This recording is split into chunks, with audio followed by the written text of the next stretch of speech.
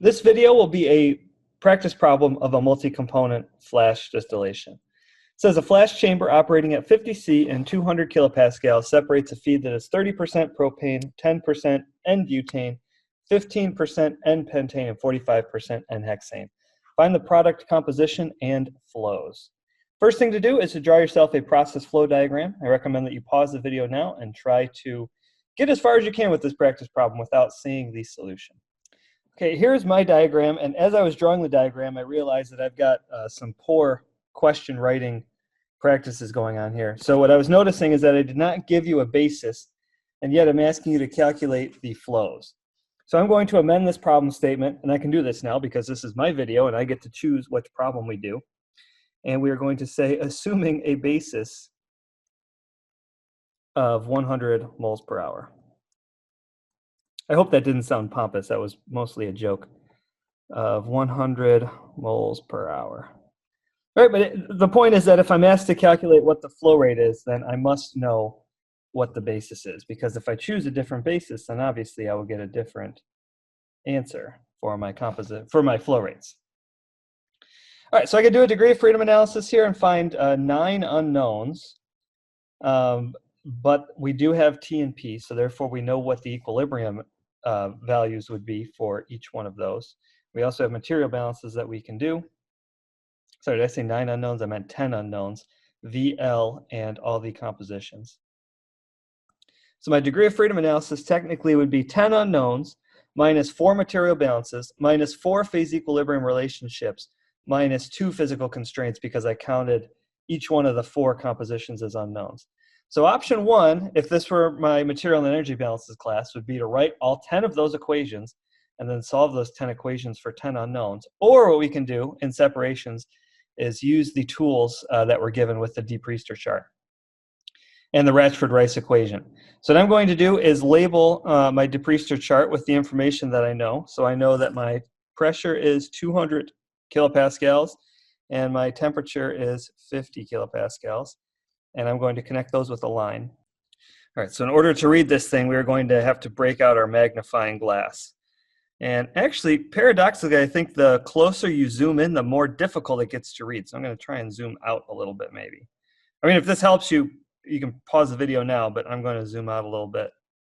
And yeah, I think that's actually a little bit easier for me to read. So my K values. K for propane is going to be this line.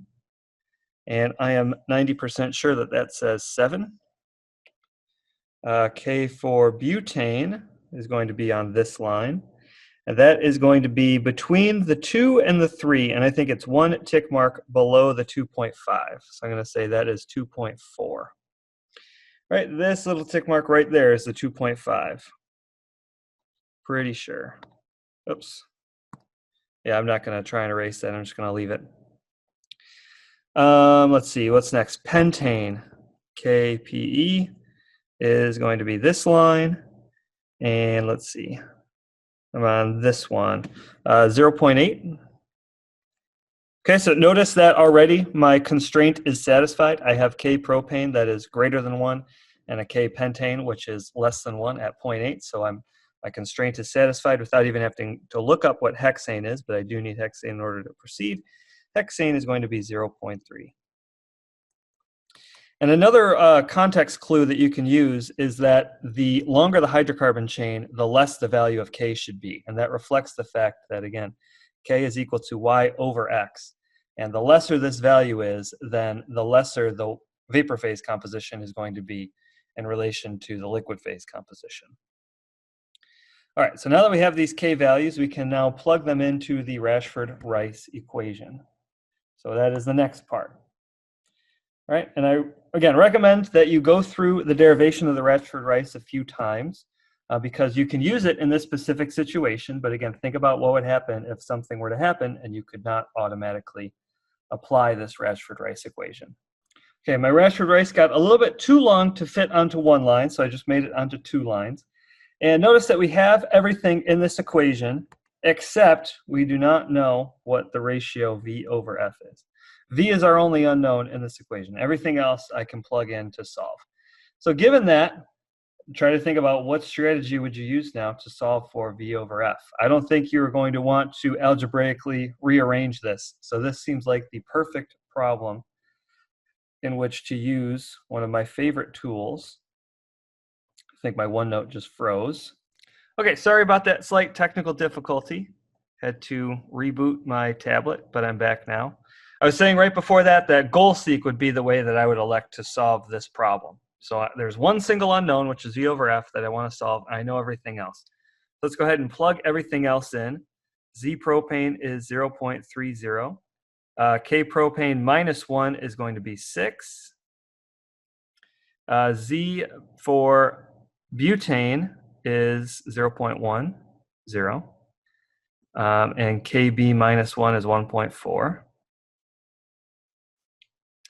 Pentane is going to be 0.15, and K-pentane is negative 0.2 because it's 0.8 minus 1. So this is where we're getting our negative term now, minus 0.2. And notice now that we're multiplying this 0.2 by a fraction that is between 0 and 1, and then adding 1. So again, the denominator is going to end up being positive. And Z-hexane is 0.45. K-hexane is 0.3, so this is going to be minus 0.7. So in order to solve this, I'm going to plug this into Excel, like I said. I'm going to goal seek using V over F as my unknown, and I will report back what I find. Okay, so I did this. I remember I wrote this problem once upon a time to make it such that the answer that I got was close to 0.5, but the V over F that I got is 0.511. Now, I want to make a point here that the answer that you get for V over F is extremely sensitive to the values that you get from reading this de Priester chart. In other words, if I had, instead of reading 0.8 was my K for pentane, right? If instead I had said, well, that's 0.7 or maybe 0.75, I might get a different answer here. So when you're reporting this V over F, kind of doesn't make a lot of sense to report to a lot of significant figures, just because, like I said, you should try it with the different values for these Ks, and you'll see how different your V over F should be.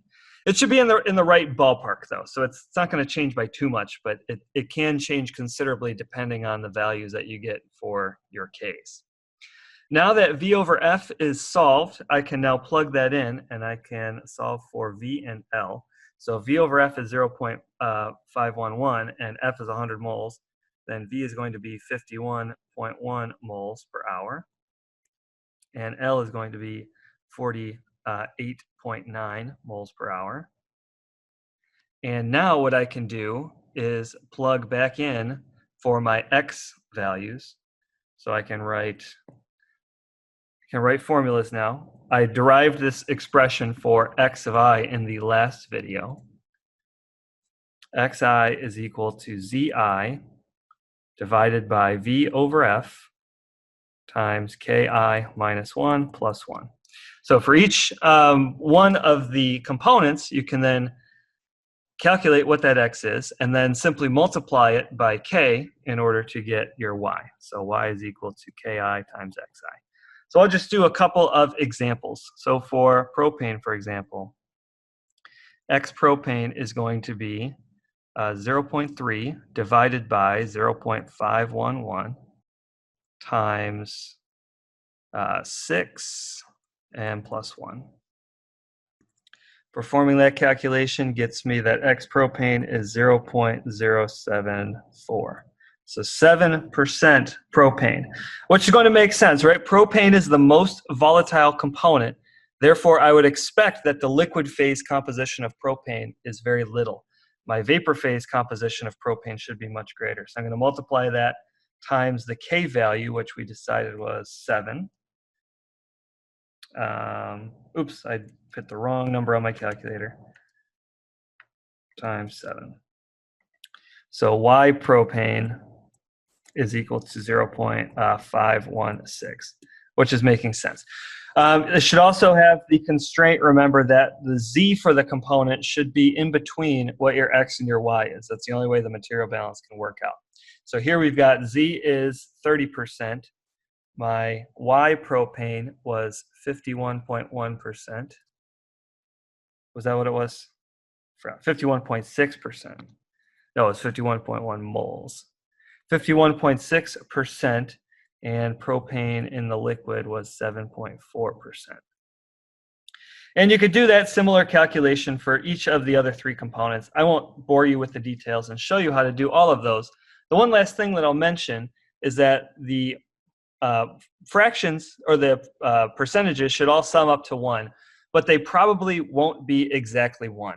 And that is because, again, you have some error when you're reading this de-Priester chart and how the precision level that you can get your K values. So don't get too caught up in trying to be too precise reading this graph. For the purposes of this class, if you're close enough, that is going to be close enough to just be aware of. You may get some disagreement, especially sometimes these problems can be over-constrained by reading that chart. You won't be able to get complete closure to the degree of precision that you would expect. So that'll be all for this video. I'll see you in the next class.